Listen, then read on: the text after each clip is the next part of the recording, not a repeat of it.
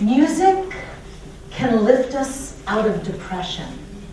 It can move us to tears. It is a remedy, tonic, orange juice for your ear. But for some, music is even more. For those people, it can provide access, even when medication cannot, to movement, to speech, to life. For these people, music is not a luxury.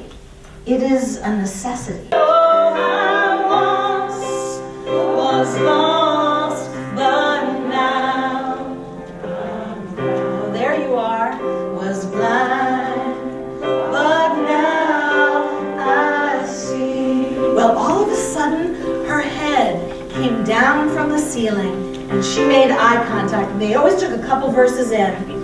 And she's sitting in her wheelchair, and her body's moving, and she's looking at me, and she is smiling, and she is so full of joy. All of a sudden, at the door, 3 young women appear. They are her daughters.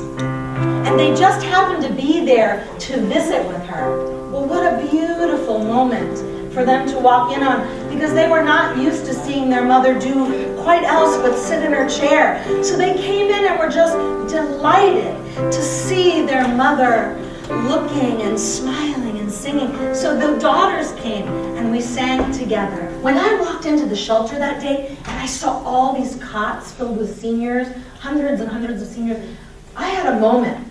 And I'll say, be honest, it was a moment of sadness and a moment of depression of the state of our country, and just an acknowledgement, a visual acknowledgement of how many seniors we were going to have in this country. And I felt a sadness around the idea of no dignity in aging. We value youth, we value being young and being in the prime of our life, but we're all going to age. Age is a great equalizer. It transcends your race, your age, your class, your religious background. We are all going to age. So why wouldn't we all see the value and dignity needed in aging?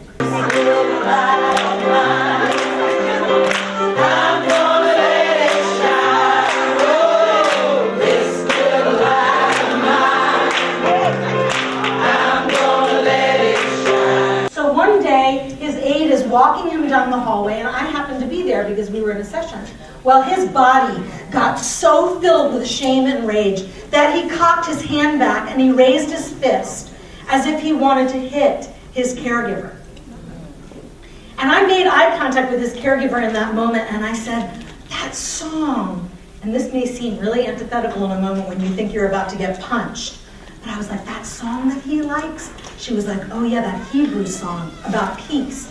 Now, she doesn't speak Hebrew, but we did that Hebrew song so many times. That caregiver, that home health aide knew that song. Shalom Alechem Malachei Shalom. And as she sang it, his fist came down.